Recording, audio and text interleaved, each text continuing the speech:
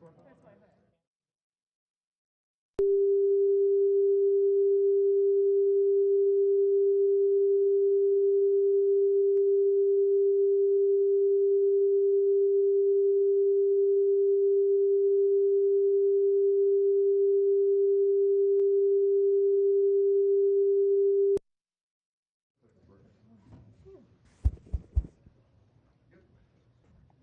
Thank you, Sam. I appreciate it.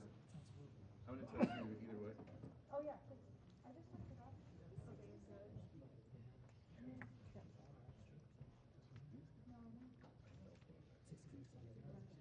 He's forever younger than us. He's like, you know. Yeah. He's like, he's 35 and he's jumping out of nocturnal towers. Yeah, just to reiterate, if the camera recognizes it, yeah, please. You good with this? Yeah, no, that's okay for now. I just think when we move to the bigger shot, we just need to pull folks back a little more. This one? Yeah. They're too high. You're okay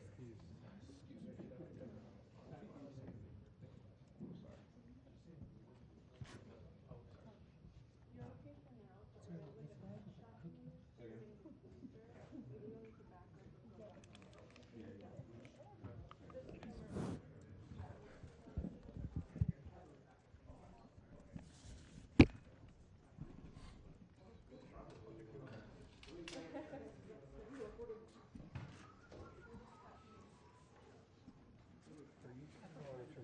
Right?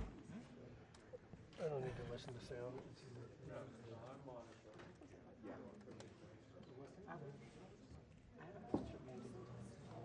Well, that's because you don't have 6-year-olds.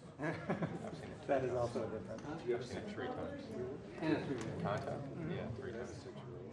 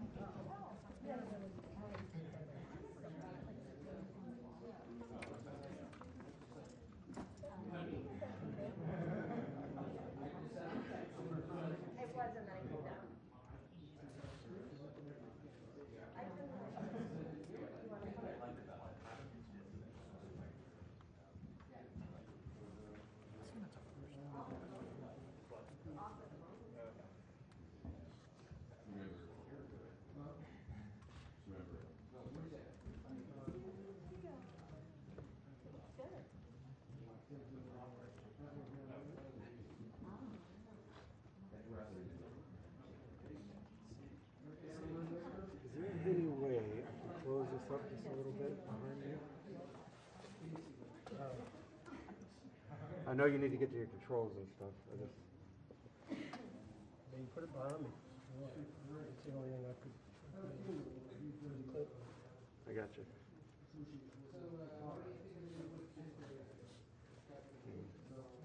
Hold it right here. Are you good at that? Okay.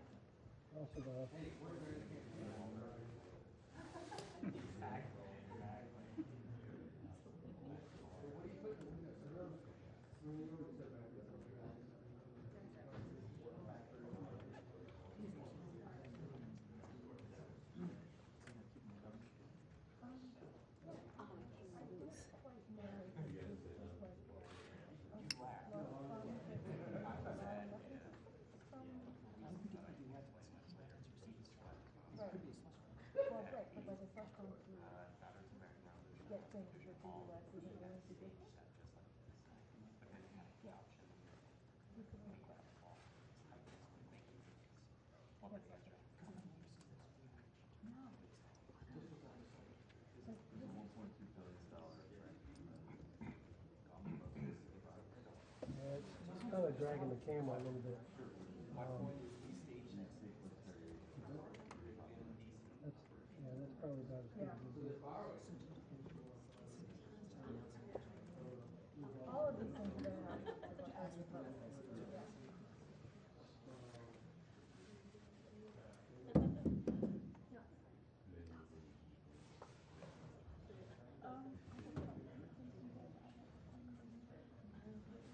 Shortcuts, but we just type it regular, like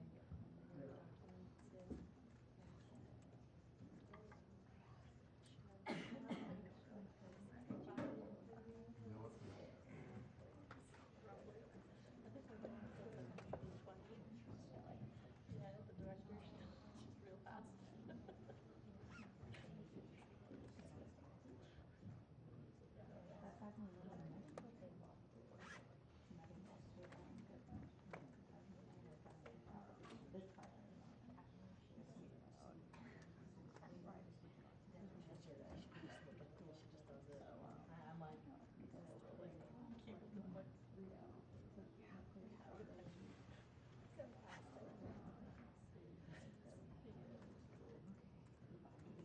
You can see me.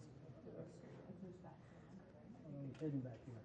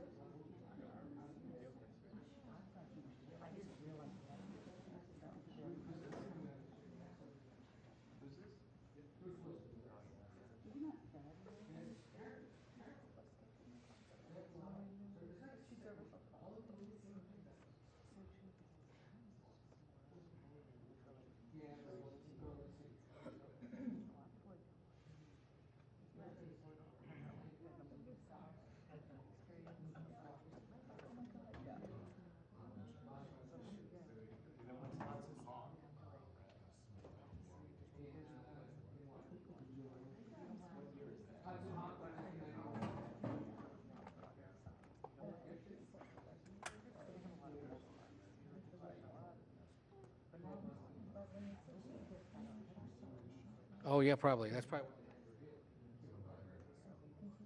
Standing?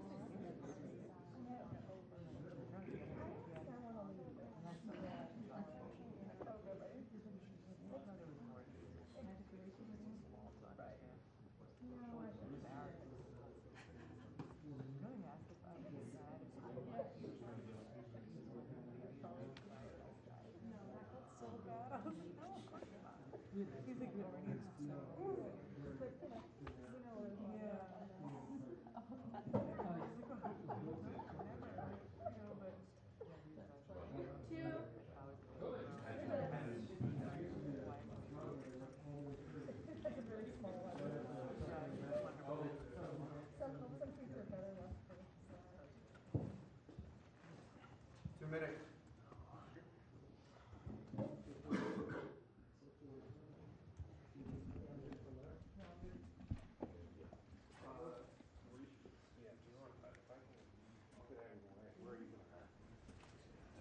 I was kind of thinking of shooting between the two. Okay.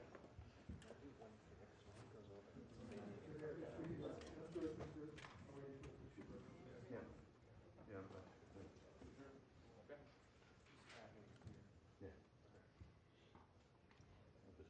it in first.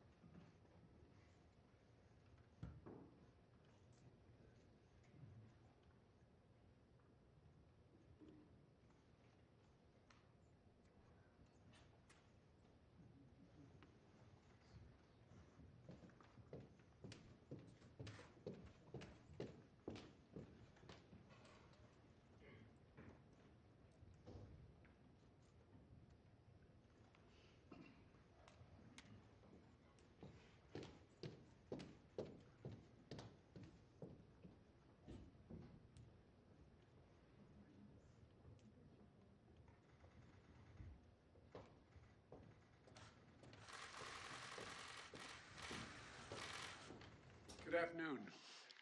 Today I'd like to update you all on where we stand on COVID-19. Because of the strategy we executed over the past year on vaccinations, testing, treatments, and more, we're now in a new moment in this pandemic. Does not mean that COVID-19 is over. It means that COVID-19 no longer controls our lives. That's what it means.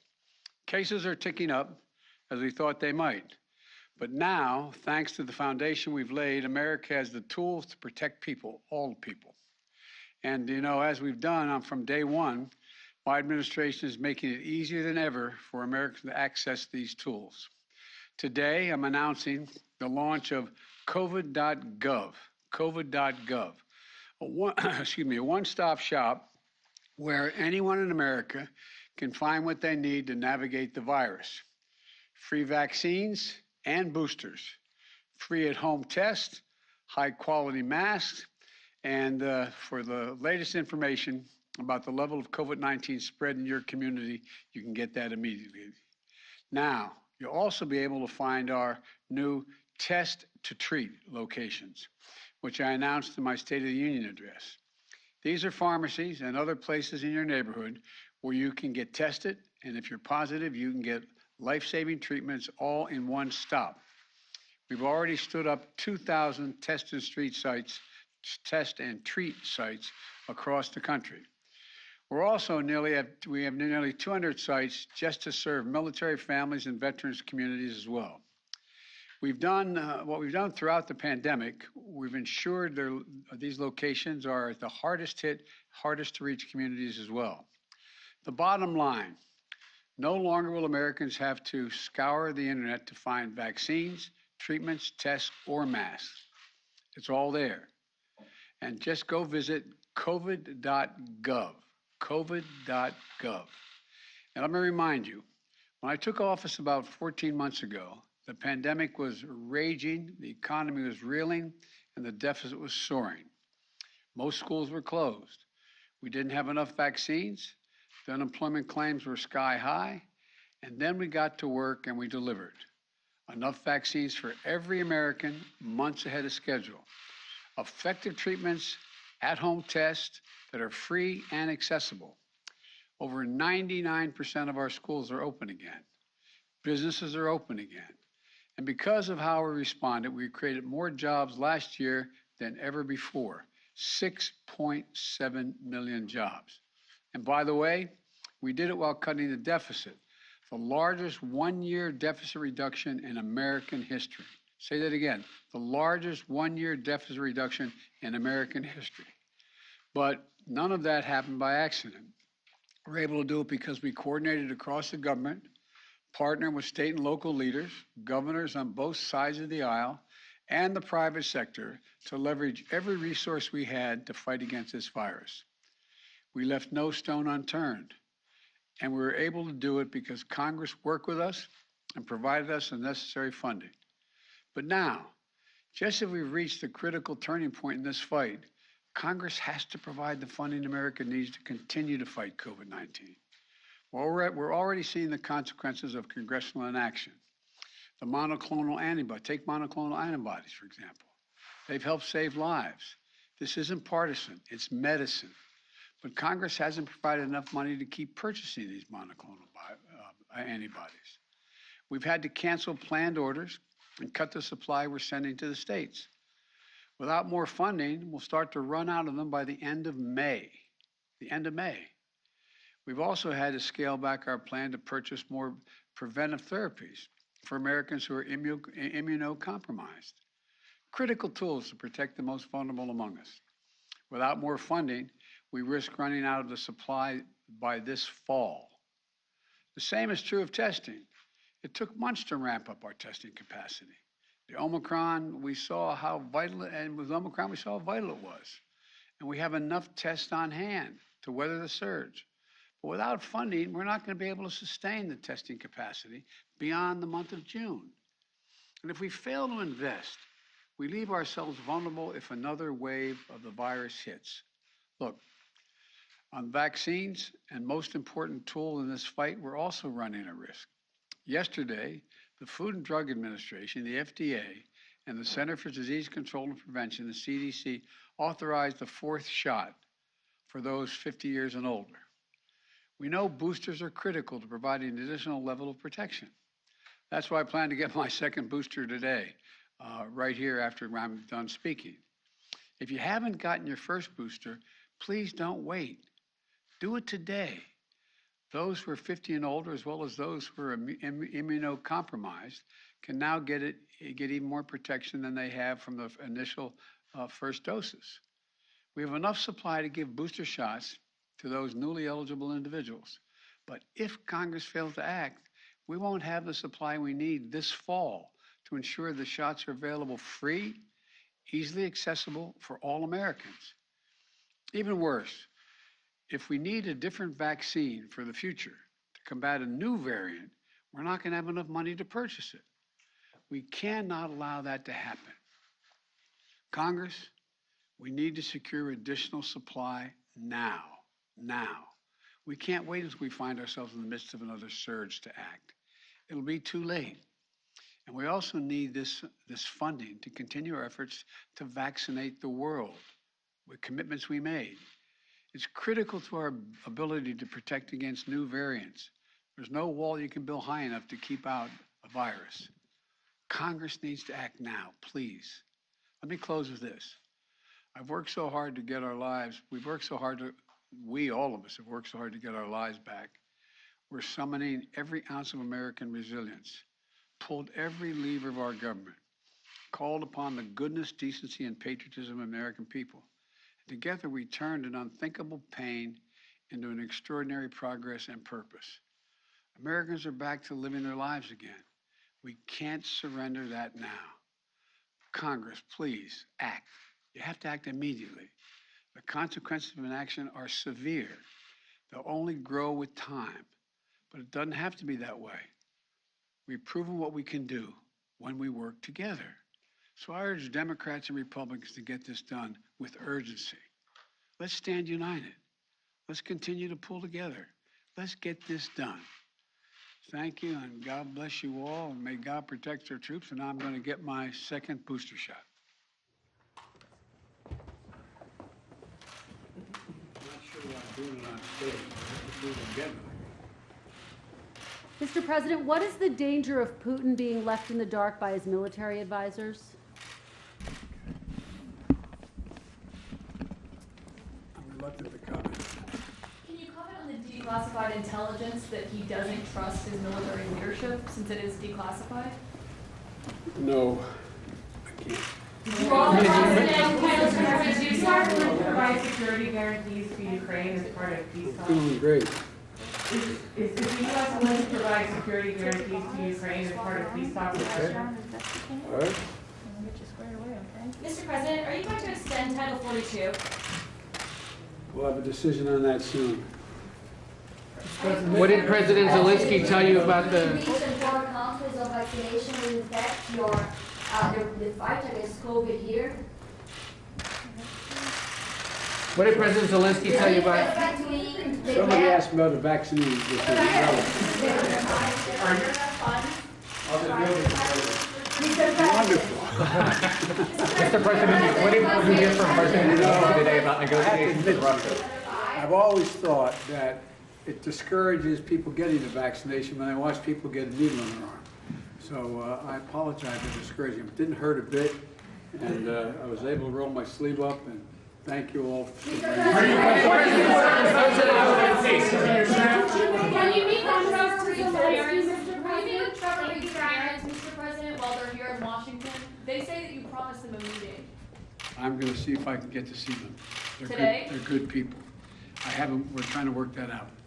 Thank you. What did President Zelensky tell you? What did President Zelensky tell you about negotiations?